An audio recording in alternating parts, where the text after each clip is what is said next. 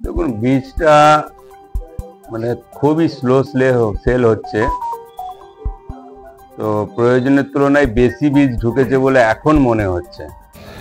বিক্রি নেই। মরশুমের শেষেও ব্যবসায়ীদের গুদামে জমে রয়েছে পাঞ্জাব থেকে আনা টন টন আলু বীজ। পাঞ্জাবের বীজের অত্যাধিক দামের কারণেই কি ওই বীজে আগ্রহ হারাচ্ছে কৃষকরা? আলু বীজ লাগানোর মরশুম প্রায় শেষের মুখে, কিন্তু এবার সেভাবে বিক্রি হয়নি পাঞ্জাব থেকে আনা আলুর বীজ। ফলে মরশুমের শেষ লগ্নেও ব্যবসায়ীদের গুদামে জমে রয়েছে টন টন আলু বীজ। কিন্তু কেন এই ব্যতিক্রমী ছবি? বীজের অত্যাধিক দামের কারণেই কি পাঞ্জাবের বীজের প্রতি আগ্রহ হারাচ্ছে চাষিরা? উত্তর খুঁজছে কৃষি দপ্তর। রাজ্যের আলু উৎপাদক জেলাগুলির মধ্যে অন্যতম বাঁকুড়া। জেলার বিষ্ণুপুর মহকুমার কতুলপুর, জয়পুর, ইন্দাস, বিষ্ণুপুর, পাত্রসায়ের ও সোনামুখী ব্লকের বিস্তীর্ণ এলাকায় আলুর চাষ হয়। আলু চাষের ক্ষেত্রে এতদিন মূলত পাঞ্জাব থেকে আসা ভালো মানের আলু বীজের উপরই নির্ভর করতেন ওই এলাকার চাষিরা। ফলে আলু চাষের মরশুম শুরুর আগেই পাঞ্জাব থেকে ভালো মানের টন টন আলুর বীজ এনে মজুত করতেন এক শ্রেণীর বীজ ব্যবসায়ী। এবারও তেমনটাই করেছিলেন ব্যবসায়ীরা, কিন্তু আলু বীজ বিক্রির ছবিটা এবার হঠাৎ বদলে গেছে। হাপিত্তেশ করে বসে থেকেও সেভাবে বিক্রি হচ্ছে না পাঞ্জাব থেকে আনা আলুর বীজ। ফলে মরশুমের শেষ লগ্নেও ব্যবসায়ীদের গুদামে জমে রয়েছে পাঞ্জাব থেকে আনা টন টন আলুর বীজ। কিন্তু কেন এমনটা হলো? ব্যবসায়ীদের একাংশের মতে এবছর পাঞ্জাব থেকে আলুর বীজ কিছুটা দেরিতে এসেছে। তার আগেই স্থানীয়ভাবে আলুর বীজ সংগ্রহ করে বহু চাষি জমিতে বীজ বপন করে ফেলেছেন। ফলে বিক্রি কমেছে পাঞ্জাবের আলু বীজের। চাষিরা অবশ্য বলছেন অন্য কথা। তাদের বেশিরভাগেরই যুক্তি, পাঞ্জাবের আলু বীজের অত্যাধিক দাম হওয়ার কারণে সেই আলু বীজ কিনতে পারেননি। উৎপাদন তুলনামূলক কম হবে জেনেও স্থানীয়ভাবে সংগ্রহ করা অপেক্ষাকৃত নিম্নমানের আলু বীজ দিয়েই চাষ করছেন তারা। কেউ কেউ অবশ্য অন্য যুক্তিও দেখিয়েছেন। তাদের বক্তব্য, উৎপাদিত আলুর বাজার নিয়ে সরকারি নীতির অনিশ্চয়তার কথা ভেবে তারা ধীরে ধীরে আলুর চাষ কমিয়ে বিকল্প চাষের দিকে ঝুঁকছেন। তার জেরেই কমেছে পাঞ্জাব থেকে আনা আলু বীজের চাহিদা। কৃষি দপ্তর অবশ্য আলু চাষে কৃষকদের আগ্রহ হারানোর কথা মানতে নারাজ। কৃষি আধিকারিকদের দাবি, জেলায় অন্যান্য বছর যে পরিমাণ জমিতে আলু চাষ হয় এবারও তাই হয়েছে। তারপরেও কেন পাঞ্জাব থেকে আনা আলু বীজ সেভাবে বিক্রি হয়নি তা তাদের জানা নেই। বাঁকুড়া বিষ্ণুপুর থেকে সুচিন্ত গোস্বামীর report, S news Bangla. Stock থাকার কারণ হচ্ছে যখন বীজটার পরিমাণ লাগানোর সময় মেন সিজন শুরুতে ওরা বীজটা না আনার জন্য আমরা স্টোর থেকে বীজ বিভিন্নভাবে সংগ্রহ করে আমরা জমিতে লাগিয়েছি। আর তার জন্য যখন বীজটা না আনার জন্য আজকে বীজের পরিমাণটা বেড়ে গেছে এবং চাষি ব্যবসায়ীদের কাছে পাঞ্জাব বীজটা স্টক হয়ে গেছে। একমাত্র তখন না পাওয়ার জন্যে বা স্টোরের বীজটাকে বেশি ব্যবহার করেছি এখানে সেখান থেকে ক্যান্ড বীজ লাগানোর জন্য। তখন আমরা বীজ কিনতে গেছিলাম, তখন কি বীজ পাননি? না, তখন বীজ পাইনি, পাঞ্জাব বীজ তখন আসেনি। তখন ব্যবসাদাররা কি বলছিল? তখন ব্যবসাদাররাও বিভিন্ন কারণ দেখিয়েছে যে বীজ ওখানে আসার গাড়ি লোড হয়নি, আমরা চেষ্টা করছি অনেক, ওয়েদার খারাপ, আসতে চাইনি, এই বিভিন্ন কারণ দেখিয়েছে। তাহলে আমরা কি বীজ লাগিয়েছিলেন? আমরা স্টোর বীজ লাগিয়েছি, বিভিন্ন চাপাডাঙ্গা বা বিভিন্ন জায়গা থেকে, গড়বেতা অন্যান্য জায়গার যেসব স্টোর থেকে বীজ এনে কাঁটা জায়গায় ক্যান্ড বীজ এনে আমরা লাগিয়েছি। তখন পাঞ্জাব বীজ পান? তখন পাঞ্জাব বীজ পাইনি। এই বছর কি ফসলটাও কি কম হয়েছে? হ্যাঁ, এবছর ফসল কম, কারণ স্টোরের যা ঝুট ঝামেলা, স্টোর মালিকদের কাছে সংগ্রহ মানে সমস্যা যে পড়ছে, স্টোর মালিকরা স্টোরে আলুটা রেখেও কোনো বিক্রির যে হবে এই কোনো গ্যারান্টি নাই। শুধুই রাজ্য সরকার স্ট্রাইক করে দিচ্ছে, বাইরে বীজ যেতে দিচ্ছে না, যার জন্যই আজকে এই অবস্থা। ওর জন্য ফসলটাও কম হয়েছে। আপনারা কি ফসলটাও কম লাগিয়েছেন? হ্যাঁ, ফসলটাও কম লাগিয়েছে। আপনার নাম? গণেশ দে। বীজ প্রচুর স্টক হয়ে গেছে, আমাদের বিক্রি নেই, চাষ শেষের মুখে, খুব অল্প। এইসব বীজ 2500 টাকায় বিক্রি হচ্ছিল, এখন সেই বীজ আমরা 500-600 টাকায় বিক্রি করছি। প্রচুর দেনা হয়ে গেছে বীজ বিক্রি করে, আমরা সব লসের মুখে পড়ে গেছি। ব্যাংকের লোনের টাকা শোধ কি করে করবো সেটা নিয়ে আমরা খুব দুশ্চিন্তায় আছি। এখনো বীজ মোটামুটি আমার 800 প্যাকেটের মতো স্টক আছে। এবছর বীজটা বেরোলো না, চাষটা মনে হচ্ছে একটু কম হচ্ছে। হ্যাঁ, বীজ অন্যান্য বছর দাম কম বেশি, বীজটা বিক্রি হয়ে যায়, এবছর মনে হচ্ছে বীজ ফেলেই দিতে হবে। প্রচুর তো স্টকে আছে এখন। প্রচুর স্টকে আছে। এই স্টকের বীজটা কি করবেন লাস্টে? লাস্ট পর্যন্ত ফেলা ছাড়া আর কোনো উপায় নেই। কতটা লস এখন করে? প্রচুর পরিমাণে লস। লসটা এখন বলা যাবে না, কত লস হবে সেটা পরেই দেখা যাবে। এই যে বিক্রি কেমন হয়েছে? বিক্রি প্রথম দিকটাই ভালো ছিল, শেষ দিকটা একবারে বিক্রি খারাপ হয়ে গেছে। জানি না এতটা বীজটা বিক্রিটা খারাপ হলো কি করে। স্টকও আছে প্রচুর। প্রচুর স্টক আছে। এই স্টকটা কিনা বিক্রি হয়? এই তাহলে ফেলে দিতে হবে, আর কি করা যাবে? বীজ তো আর কোনোভাবে কাজে লাগানো যাবে না। আপনারা কতটা ক্ষতির মুখে পড়বেন? আমরা প্রচুর ক্ষতির মুখে পড়ে যাব।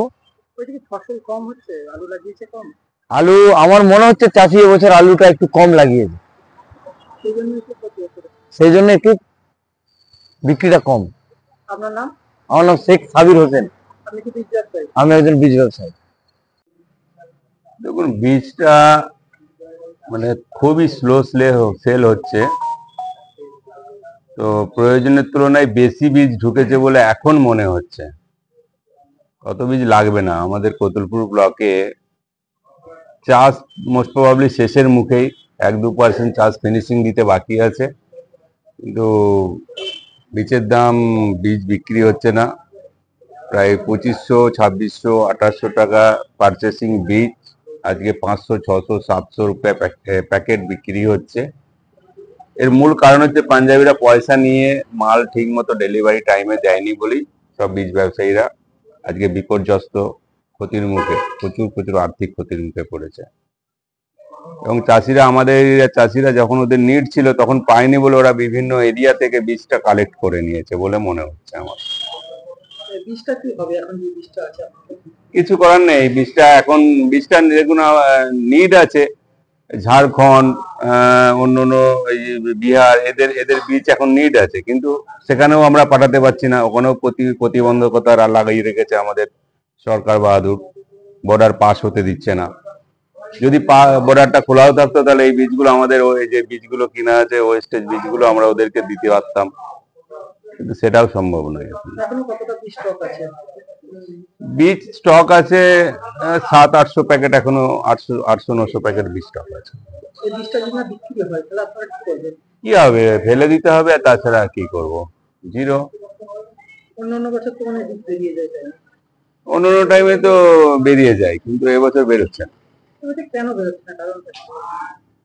কারণ ওইটাই, হয়তো যখন চাষিদের নিড ছিল তখন পাঞ্জাবিরা ঠিক সাপ্লাই দিতে পারেনি বলে আমাদের দোকান তখন সাপ্লাই ছিল না।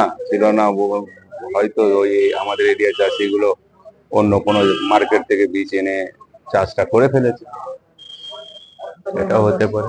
আমার নাম বিকাশ গৌড়। বিকাশ গৌড়, বীজ ব্যবসায়ী। বীজ ব্যবসায়ী। হচ্ছে যে আলু লাগানোর জমির পরিমাণ কমেছে নাকি পাঞ্জাবের আলুর দাম বেশি, কি সমস্যা হয়েছে? আলু নিয়ে কোনো সমস্যা আমাদের নেই। আলু আমাদের যা টার্গেট 48,000 হেক্টর লাগানোর টার্গেট, তার মধ্যে 43,500 হেক্টর হয়েই গেছে, প্রায় 90% কাভার করে গেছে। আশা করছি আমরা আলুর যা কাভারেজ, সেই কাভারেজ আমরা অতিক্রম করে যাব। এবং চাষি অলরেডি বীজ পেয়েছে বলেই তো লাগিয়েছে। এবার যারা ডিলার বা ব্যবসা করে তারা কোত্থেকে আলু বীজ পেয়েছে বা কী পেয়েছে সেটা আমাদের দেখার কথা নয়।